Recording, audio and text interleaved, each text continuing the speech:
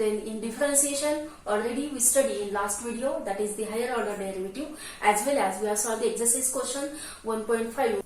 The next question is question number 4. Find the nth derivative. Then the nth order derivative. To find nth order derivative, मतलब we find first derivative, second derivative, third derivative, some first few derivatives, and observe what is the relation between them. We find first few derivative, मतलब first, second, third, fourth, okay, derivative, and we observe what is the relation between them. And after observing the relation between them, we write its nth derivative. जैसे कि first we consider one example.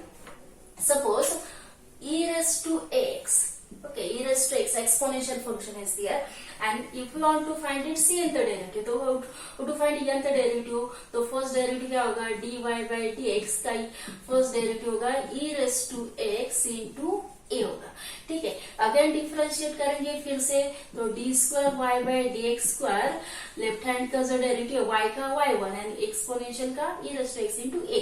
तो again इसको differentiate करेंगे तो d square y by d x square, and इसका जो derivative तो a क्या है, कांस्टेंट है.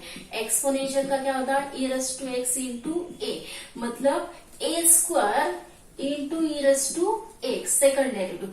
सेम थिंग अगर थर्ड डेरिवेटिव फाइंड आउट करेंगे तो इसे डिफरेंशिएट करना पड़ेगा, तो d cube y by d x cube होगा लेफ्ट हैंड को, एंड राइट हैंड को क्या होगा, this a square constant into exponential का डेरिवेटिव. तो एक्सपोनेंशियल का क्या होता है, e raised to x into a, मतलब ये क्या है, a cube e raised to the power x. And अगर हम ऑब्जर्व करेंगे तो फर्स्ट ऑर्डर डेरिवेटिव की जो वैल्यू है d y by d x की, a raised to the power into exponential term, a raised to 1 power. Second order derivative की जो वैल्यू है a raised to 2 power into exponential term. Then third order derivative की जो value है वो a raised to the third power into exponential value. Same thing, if you want to find fourth order derivative की जो value होगी d raised to 4y by dx raised to power 4 की जो value होगी वो क्या होगी, a raised to power 4 into exponential की वैल्यू. तो by observing first few terms we directly write the value for nth order differentiation. मतलब nth order की वैल्यू क्या होगी, d raised to n y by dx raised to n की जो value है वो क्या होगी, a raised to the power n into e raised to the e raised to x. That means first find first few derivative and observe the relation between them and directly write the value for nth order derivative. Okay, the same thing we have to do for solving this example. What is our first one example?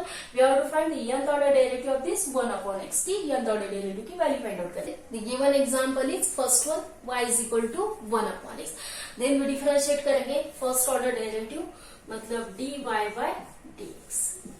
Differentiate with respect to x. So dy by dx and right hand का derivative क्या होगा, d dx of this 1 upon x. Then in order to find this derivative, we directly use the general result, that is derivative of 1 upon x raised to n power. क्या होता है, minus n upon x raised to n plus 1 होता है. Then applying this, यहाँ पे n की वैल्यू क्या है, 1 है, तो minus 1 upon x raise to 1 plus 1 मतलब एक्स रेस टू, मतलब ये क्या है, minus 1 into 1 divided x raise to power 2. ये हम कैसे लिख सकते हैं, minus 1 into 1 factorial divided x raise to power 2 से भी लिख सकते हैं, ठीक है. तो सेकंड ऑर्डर डेरिवेटिव क्या होगा, d square y by d x square. Again differentiate करेंगे दिस टर्म को, तो मतलब this minus 1 into 1 factorial constant है into derivative of this 1 upon x square का डेरिवेटिव. तो सेम फार्मूला अप्लाई करना है, n की वैल्यू 2 है यहाँ पे, तो क्या होगा, minus 1 into 1 factorial minus 2 divided x raise to power 3. तो कन्वर्ट करेंगे, ये माइनस है ना, ये माइनस मतलब माइनस 1 स्क्वायर इंटू ये 1 फैक्टोरियल है इंटू 2, मतलब क्या होगा, 1 इंटू 2 मतलब 2 फैक्टोरियल है divided x raise to power 3. Then third order derivative क्या होगा, d cube y by d x cube. Same thing, constant term take outside, minus 1 square into 2 factorial into derivative of 1 upon x cube का derivative. तो 1 upon x cube का derivative क्या है, by using something result minus 3 upon x raise to power 4 है, तो minus 1 square into 2 factorial into minus 3 upon x raise to power 4 है, तो ये माइनस यानी -1 स्क्वायर मतलब total power is -1 raise to power 3.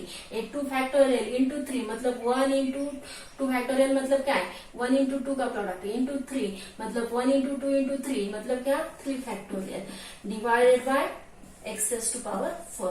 Then we observe the relation. First derivative -1 into 1 factorial rest x raised to 2 power. Second order derivative -1 square into 2 factorial x raised to 3. Third order derivative x raised to power 3. Then third order derivative -1 cube into 3 factorial x raised to power 4. मतलब when third order derivative here is 3 and here power is more than 1. Then by observing first few derivative directly write the value for nth derivative. तो nth derivative की वैल्यू क्या होगी from this d raised to n y by dx raised to n की जो value है वो क्या होगी -1 raise to n power into n factorial denominator की पावर क्या है 1 से ग्रेटर देन मतलब x raise to power n plus 1 होगी. मतलब यहाँ पे 3 है तो यहाँ पे 4 आता है, यहाँ पे 2 है तो यहाँ पे 3 आता है, यहाँ पे 1 है तो 2 है, तो यहाँ पे n है तो n प्लस 1 हो जाएगा. This is the value of nth order derivative.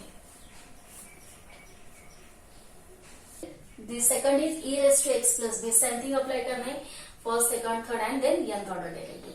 Then first क्या है y is equal to e raised to x से गिवन x प्लस b. तो फर्स्ट ऑर्डर डेरिवेटिव मतलब dy by dx की वैल्यू क्या होगी एक्सपोनेंशियल का derivative exponential into derivative of this x plus b. x का डेरिवेटिव a एंड b क्या है कांस्टेंट है तो क्या होगा into this derivative of x plus b का डेरिवेटिव क्या होगा a. Because b is a constant, its derivative 0. A is a constant term and x का derivative 1 है. That's why it is a. And b का है constant, तो इसका derivative 0. तो e raised to x plus b into a. Then same thing. If you again differentiate, तो d square y by dx square is equal to a is a constant into derivative of this exponential e raised to x plus b.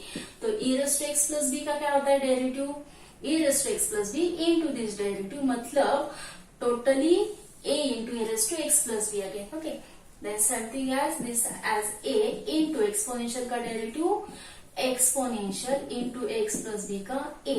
तो क्या होगा a square e raised to power ax plus b होगा.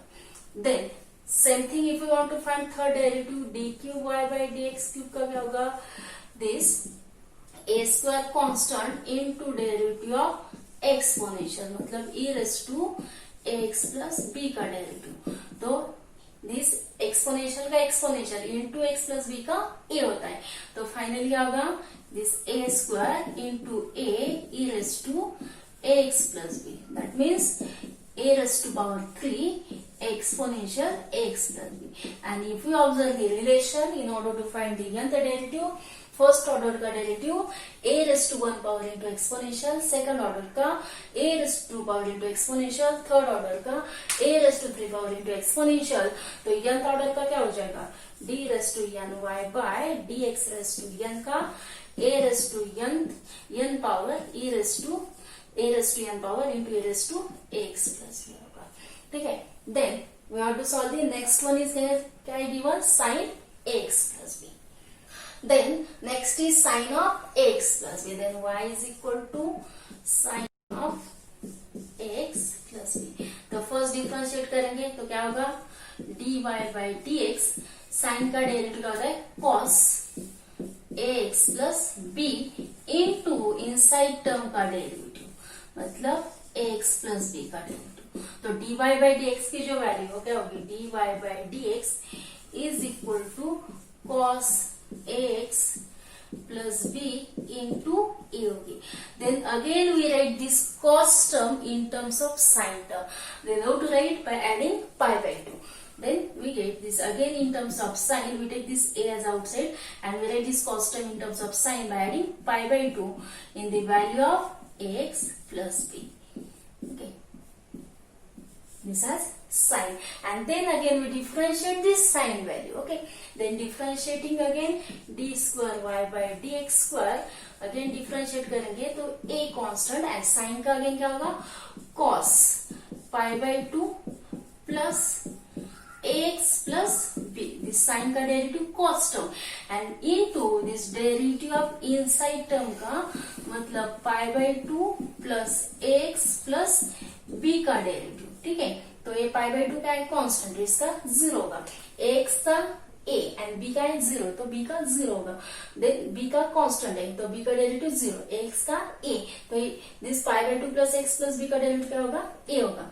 देन this a and this a मतलब a square, तो d square y by d x square की जो value है वो क्या होगी, a square into cos pi by 2 plus x plus b, and again we write this cos term in terms of sin by adding pi by 2, तो वो ये pi by 2 है, again add pi by 2 मतलब 2 pi by 2 हो जाएगा।